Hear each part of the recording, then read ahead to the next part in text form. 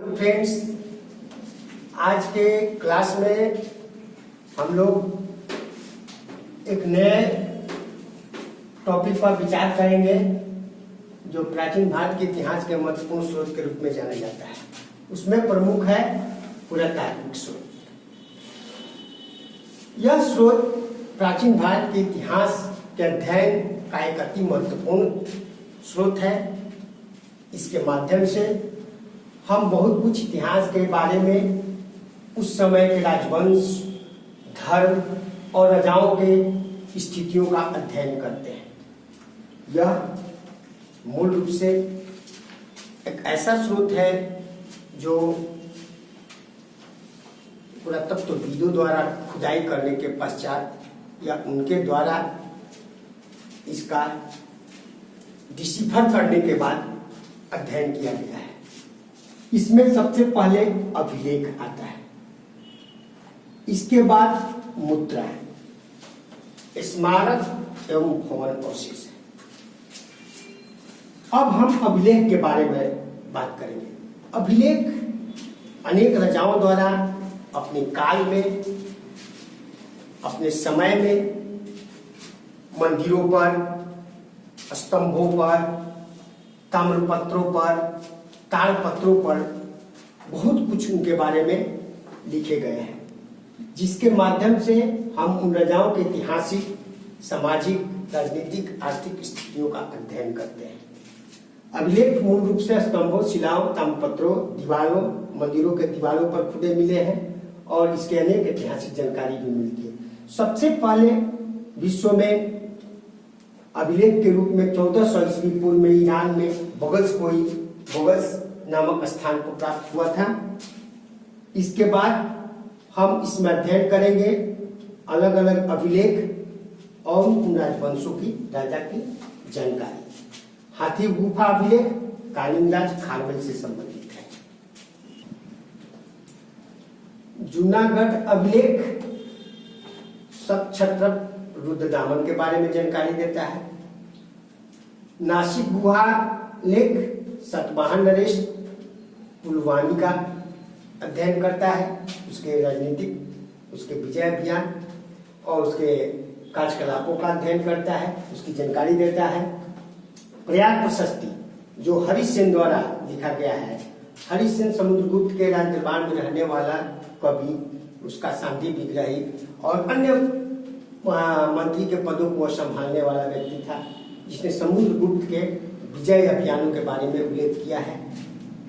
उसके राजनीतिक, सामाजिक स्थितियों के बारे में बताया है। मंदसौर अभिलेख मालव नरेश यशोधर्मन के बारे में जानकारी देती है। एहोल अभिलेख चालुक्य नरेश पुलकेशिन द्वितीय के बारे में जानकारी देती है। ग्वालियर अभिलेख प्रतिहार नरेश राजा भोज के बारे में जानकारी देती है। भीतरी एवं जूनागढ़ अभिलेख स्कंदगुप्त नरेश के बारे में स्पष्ट जानकारी देती है और देवपारा अभिलेख बंगाल के शासक सेन वंश के विजय सेन के बारे में जानकारी देती है।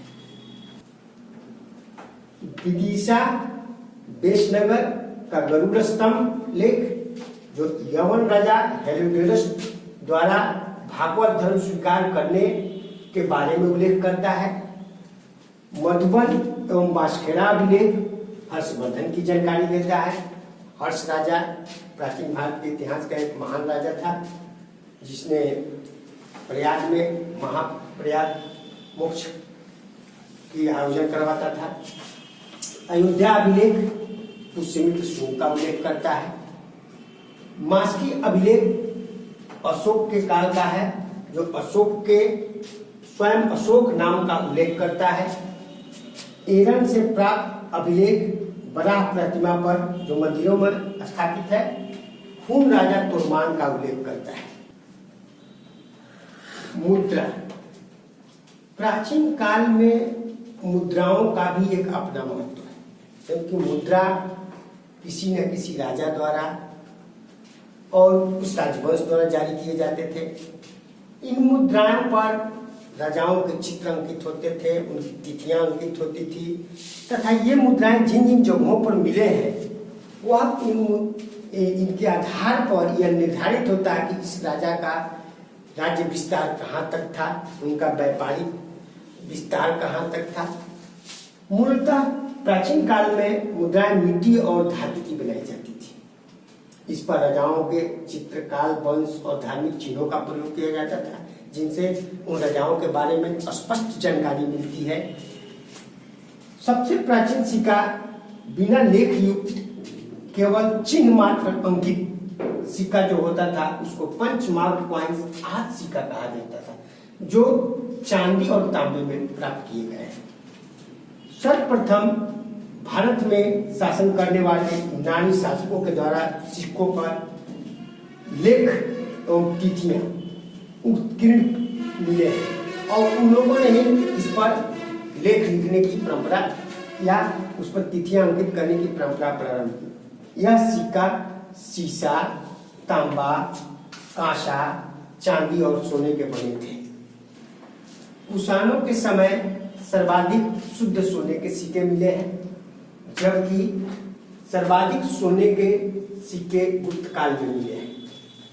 समुद्रगुप्त के समय में युग, शंख, गदा और सुमेर प्रकार के सिक्के मिले हैं, जो उसके काल के बारे में यह बताते हैं कि उसके राजकीय चिन्ह के रूप में या अन्य चिन्हों के रूप में इनका प्रयोग किया जाता था। एक सिक्का पर उसे बिना बजाते हुए भी दिखाया गया है, जो उसकी रुचि के बारे में स्पष्ट जानकारी देती है। इसके बाद आता है स्मारक एवं भवन अवशेष, जो प्राचीन भारत के इतिहास के अध्ययन का एक महत्वपूर्ण स्रोत है। इसे बहुत सारे आर्कियोलॉजिस्ट, भूगर्भ शास्त्रियों ने खुदाई के दौरान प्राप्त किया, या जो भी भवन अवशेष मिले या वस्तु मिले या मंदिर मिले, उनके माध्यम से उस समय के विज्ञान और ज्ञान के बारे में स्पष्ट जानकारी मिलती है। भारतीय इतिहास के निर्माण में स्थापत्यकारों, वास्तुकारों एवं चित्रकारों का भी कम योगदान नहीं है, जो यहाँ की सामाजिक, आर्थिक और धार्मिक परिस्थितियों का ज्ञान देता है। जैसे हड़प्पा के अवशेष हड़प्पा के बारे में जानकारी देती है। चंद्रगुप्त मौर्य के समय में प्राप्त उसके राजप्रसाद जो लकड़ी के बने हुए थे, उस समय की कला के बारे में स्पष्ट जानकारी देती है। पौंडीचेरी से रोमन सिक्कों और बर्तन के साक्ष्य मिले हैं, जिस रोमन व्यापार के बारे में जानकारी मिलती है। उस समय के मंदिर निर्माण में भी 3 शैलियों का प्रयोग किया जाता था भिन्न भिन्न क्षेत्रों में, जो उस समय के कला के बारे में, उस समय के विज्ञान के बारे में स्पष्ट जानकारी देते हैं। जैसे द्रविड़ शैली, दक्षिण भारत के मंदिर मिले हैं जो चबूतरे पर बने होते थे, उसमें गेटवे गोपुरम होता था। इसके बाद नागर शैली के मंदिर उत्तर भारत में मिले हैं। बेसर शैली द्रविड़ और नागर शैली का मिश्रण था, जो दक्षिणापथ क्षेत्रों में पाए गए। उस समय के एक महत्वपूर्ण मंदिर 8वीं शताब्दी में जावा में निर्मित बोरोबुदुर मंदिर है, जो बौद्ध धर्म की शाखा के बारे में, महायान शाखा के बारे में स्पष्ट जानकारी देती है।